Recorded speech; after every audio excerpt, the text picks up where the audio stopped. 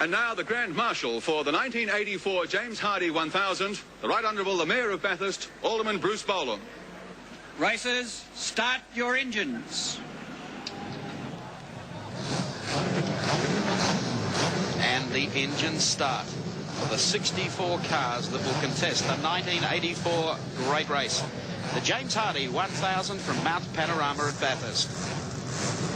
George Fury in the Nissan Turbo, car number 15, sits on pole position. From 2.05, Peter Brock. From position 3, car 17, Dick Johnson. From 4, car 6, Alan Grice. From 5.43, Alan Moffat. From 6, New Zealand's own Jim Richardson, car number 31. From 7, Steve Masterton in car number 2. From 8.42 is Greg Hansford of Queensland. From 9 is car number 41, Bob Morris.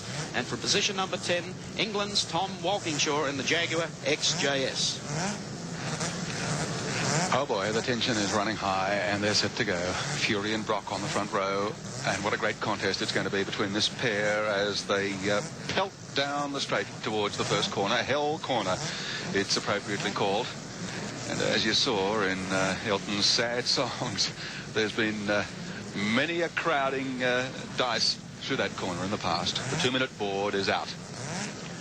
Well, of course, yesterday, George Fury, through winning pole position, collected $10,000, I should say.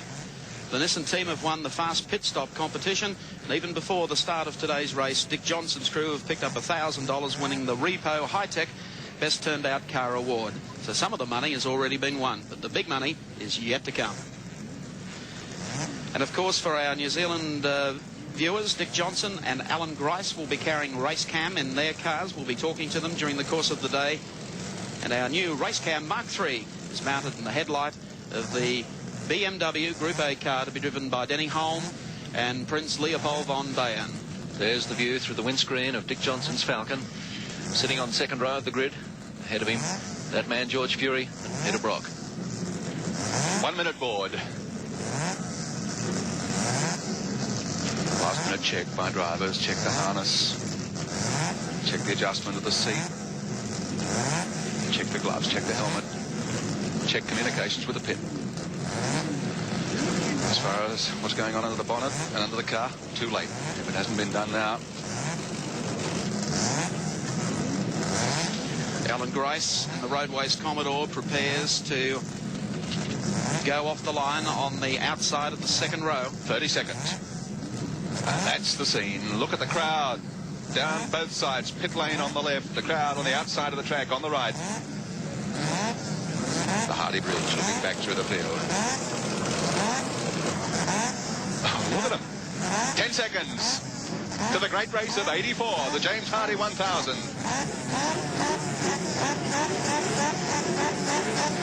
Down goes the flag, and the 1984 James Hardie 1000 is underway, and it is George Fury, Peter Brock, and Alan Grice running up. We've had a prank. Steve Masterton's gone in. Tom Walkingshaw is stalled there on the starting line. The rest of the field passing him by. He's been collected by a Camaro.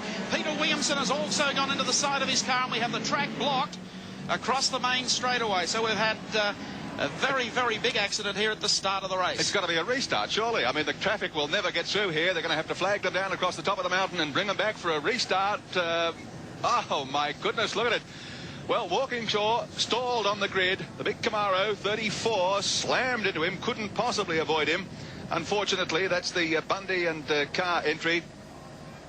Well, we have the mechanics jumping across the wall now.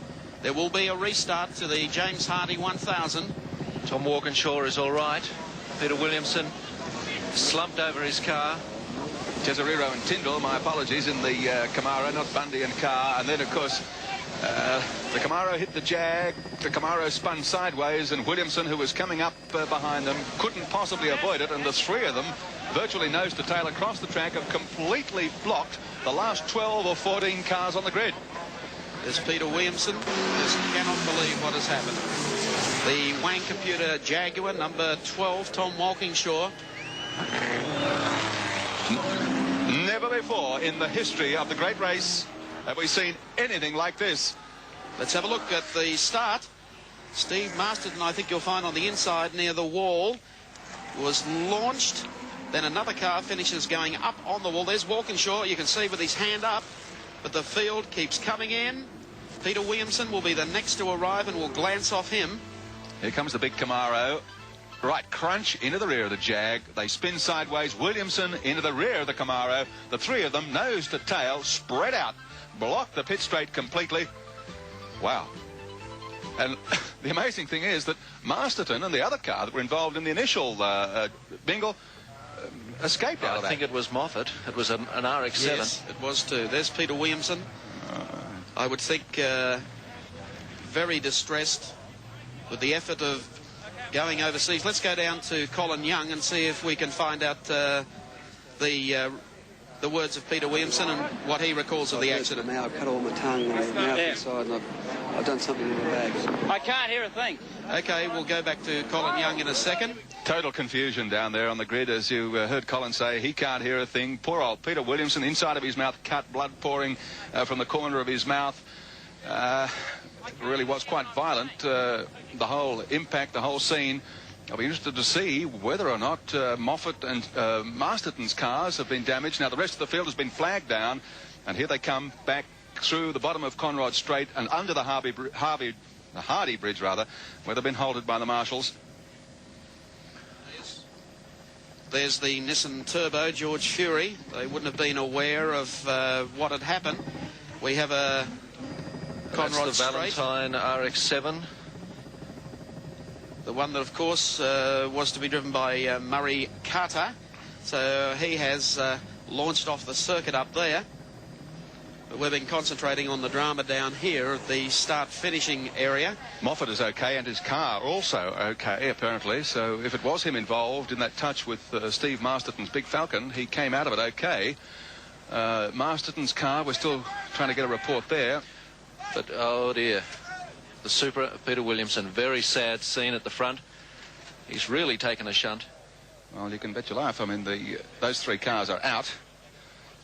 I can't believe that the Jag would have escaped serious damage with that huge shunt from the Camaro. Well, the marshals here trying to clean up the track as quickly as possible. Well, the National Technics entry looks very sad and sorry indeed. Why don't we get across there now and see, now that things have calmed down just a little, if Colin Young can take us through the sequence of events. Chaos down here on the start line, as you saw, a multi-car pile-up, and crash crews now trying to clear the way. I have with me Peter Williamson. Peter, what happened? Well, I don't really know. They were stationary in front of me, and I was fairly motoring. I'd made a very good start, and right now I'm quite destroyed about it all. Are you okay? Any injuries? I've got severely cut mouth and tongue, and I've got a sore left shoulder, and I'm not feeling very well. Well, this is a tough break at the Great of the Start race, so you must be very disappointed. Well, I think that's got to be an understatement. I just feel blitzed. Thanks very much.